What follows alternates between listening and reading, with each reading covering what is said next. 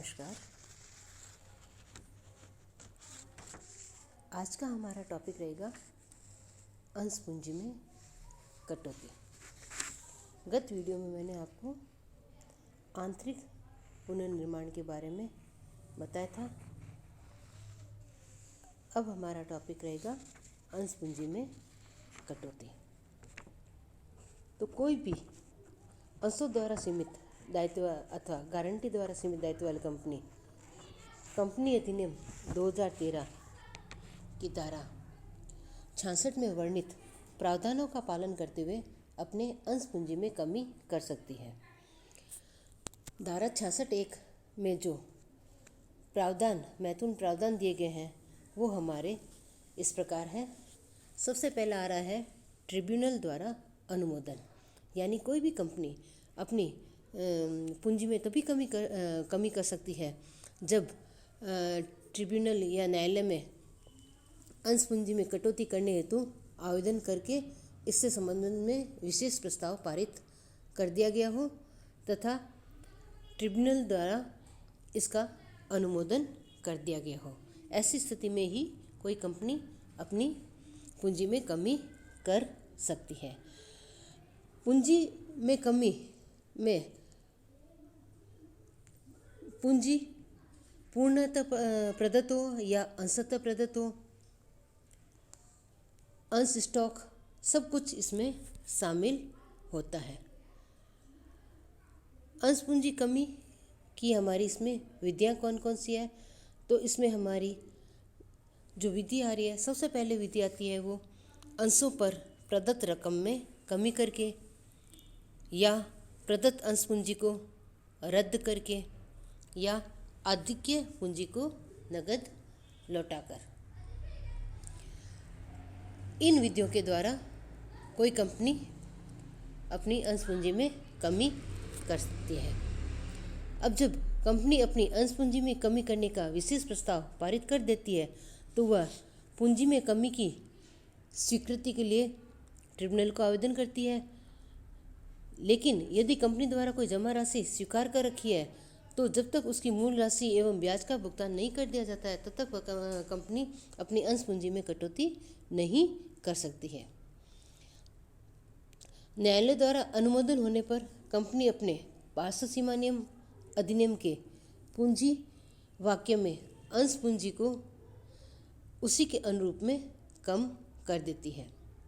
Company अधिनियम 2013 की धारा 66(2) में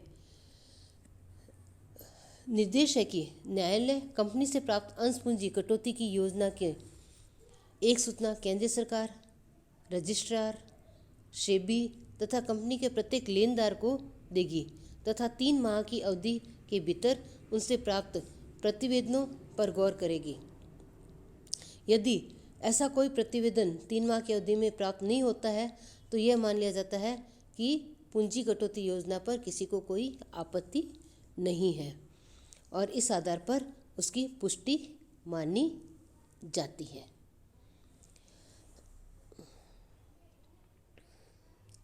अब हमारी जो पहली विधि आ रही है अंश पूंजी में कमी का कंपनी की पुस्तकों में लेखा किस तरह से किया जाता है। तो सबसे पहले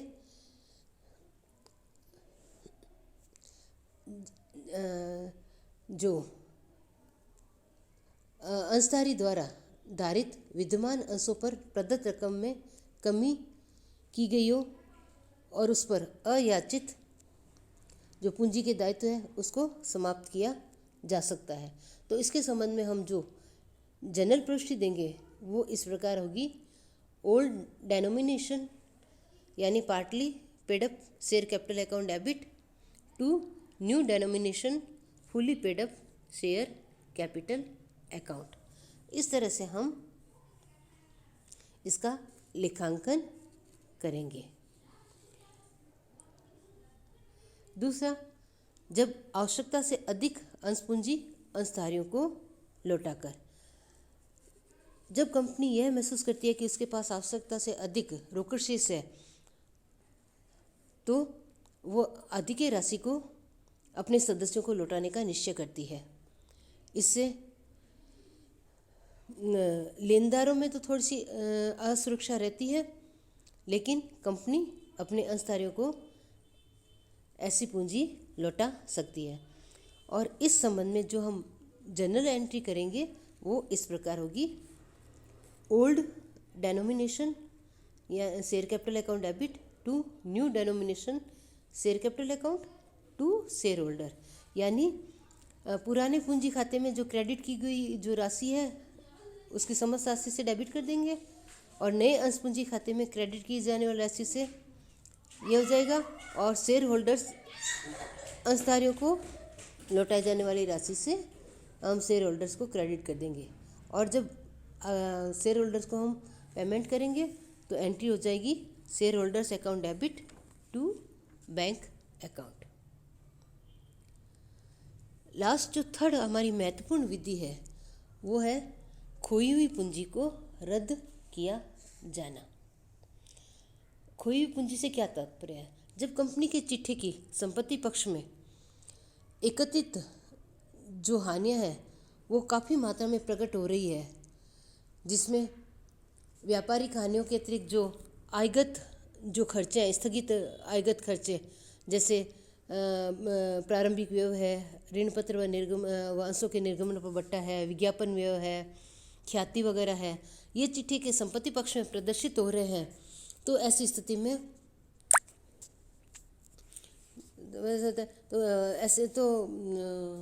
संचित ऐसी स्थिति में कंपनी की पूंजी रद्द हुई मानी जाती है। इस संबंध में हम ये कह सकते हैं कि लंबी अवधि तक निरंतर हानि उठाने के कारण कंपनी की पूंजी उनकी संपत्तियों के उचित मूल्य का सही रूप से प्रतिनिधित्व नहीं कर पा रही है। ऐसी स्थिति में कंपनी की पूंजी व्यवसाय में वास्तव में विद्यमान ही नहीं रहती है। जितना संपत्ति पक्ष का योग है उतनी पूंजी नहीं होती है।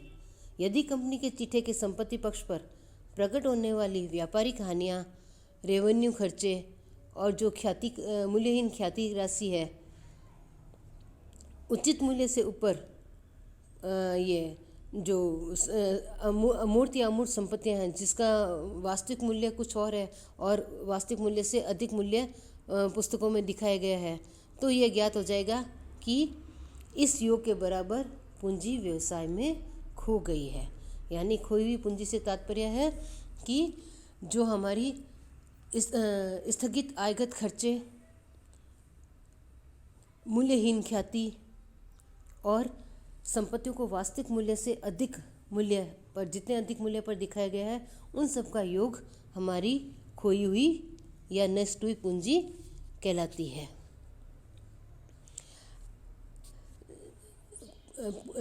इतनी पूंजी हमारी हानियों का प्रतिनिधित्व करती है।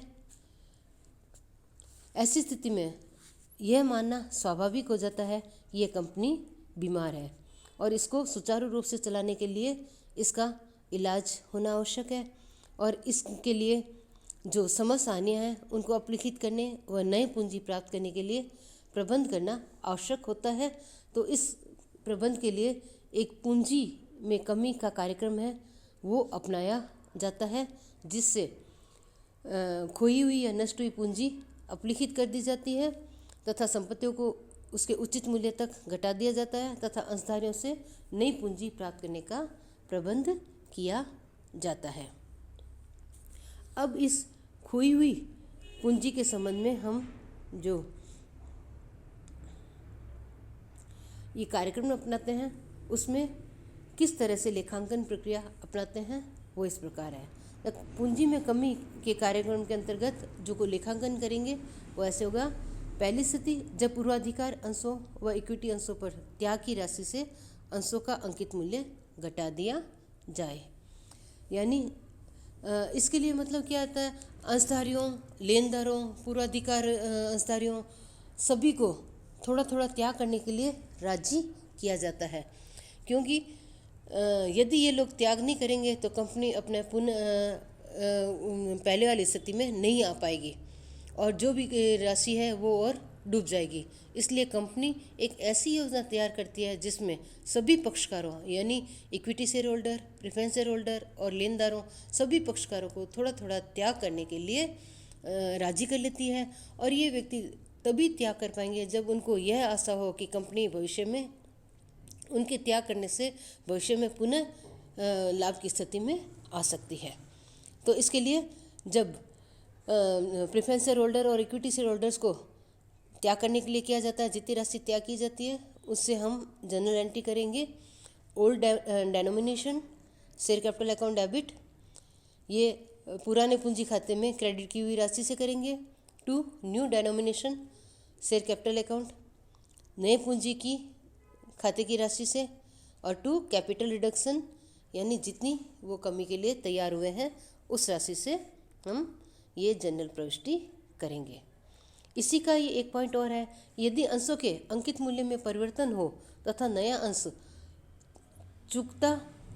अंशतः चुकता कर लिया जाए यानी फुली पेडअप नहीं माना जाए, पार्टली पेडअप माना जाए, तो जो पूर्ण प्रदत्त जो अंश होता है उसके स्थान पर नए मूल्य वाला अंश दिया जाता है, लेकिन उसका चुकता मूल्य कम रखा जाता है।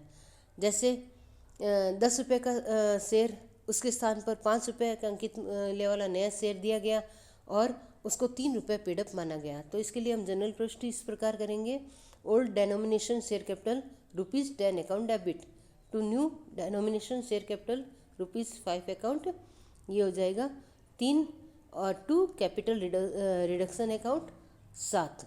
अब ऐसी स्थिति में जो नई शेयर हमने जारी किए हैं पूंजी कटौती योजना के अंतर्गत, वो 5 रुपये अंकित मूल्य वाला है, जिसमें इसको चुकता कितना माना गया है 3 रुपये, यानी 2 रुपये भविष्य में कंपनी अंशधारियों से मांग कर सकती है। उसके बाद आ रहा है हमारा नेक्स्ट स्थिति आती है जब पूर्वाधिकारी अंशों व इक्विटी अंशों के अंकित मूल्य में कोई परिवर्तन न किया जाए परंतु उन पर प्रदत्त राशि घटा दिया जाए। यानी अंकित मूल्य में तो कोई परिवर्तन नहीं करेंगे, लेकिन उन पर जो पेडअप कैपिटल है वो कम कर दी जाती है। तब इसके लिए हम जनरल एंट्री करेंगे share capital account debit to capital reduction account. जितनी राशि हम कम कर रहे हैं या समझौते के अनुसार कमी करने के लिए अंशधारी तैयार हुए हैं, उस कमी की राशि से ये जनरल एंट्री करेंगे। या कभी कभी लेनदार या ऋणदाता भी त्याग करने के लिए सहमत हो जाते हैं, तो वो जितना त्याग कर रहे हैं उसके संबंध में हम जनरल एंट्री क्या करेंगे, क्रेडिटर द्वारा किए गए त्याग के संबंध में creditor account debit, debenture holder या ऋण पत्रधारी या किसी ने लोन दिया है तो उनके द्वारा जो त्याग किया जा रहा है, तो उस त्याग की राशि से डिबेंचर अकाउंट डेबिट या loan account debit to capital reduction account, यानी जितना वो त्याग कर रहे हैं उस त्याग की राशि से हम इसको क्रेडिट कर देंगे। नेक्स्ट ये हमारा परिस्थिति हो सकती है कि संपत्ति के पुनर्मूल्यांकन के फलस्वरूप यदि इसके मूल्य में वृद्धि होती है तो पूंजी कटौती कार्यक्रम के अनुसार यदि संपत्ति और दायित्वों का मूल्यांकन करने पर यदि कोई संपत्ति और में के मूल्य में वृद्धि होती है तो उस वृद्धि को हम कैपिटल रिडक्शन अकाउंट में ट्रांसफ़र कर देते हैं। इसी तरह कोई संचयों और में कोई शेष वगैरह पड़े हैं, क्रेडिट शेष वगैरह पड़े हैं, तो उसकी राशि भी हम कैपिटल रिडक्शन अकाउंट में ट्रांसफ़र कर देते हैं। तो एंट्री होगी हमारी संपत्ति के मूल्य में वृद्धि होने पर पर्टिकुलर एसेट्स अकाउंट डेबिट, यानी जिस संपत्ति के मूल्य में जितनी राशि वृद्धि हुई है उससे उसको डेबिट कर देंगे, टू कैपिटल रिडक्शन अकाउंट कर देंगे। उसके पश्चात यदि हमारा जनरल रिजर्व वगैरह या कोई दूसरी रिजर्व वगैरह पड़े हैं तो उसको भी हम कैपिटल रिडक्शन अकाउंट में ट्रांसफ़र कर देंगे। तो इसके लिए जनरल एंट्री होगी जो भी रिजर्व हमारे पास पड़ा है उसी को जनरल रिजर्व डेबिट या अदर कोई रिजर्व है तो वो debit to capital reduction account. इस तरह हम इसकी एंट्री कर देंगे। उसके पश्चात आ रहा है अब ये जितने भी हमारे पास लाभ संचय वगैरह हुआ और बाहरी पक्षकारों को हमने पूंजी कमी के लिए तैयार कर दिया।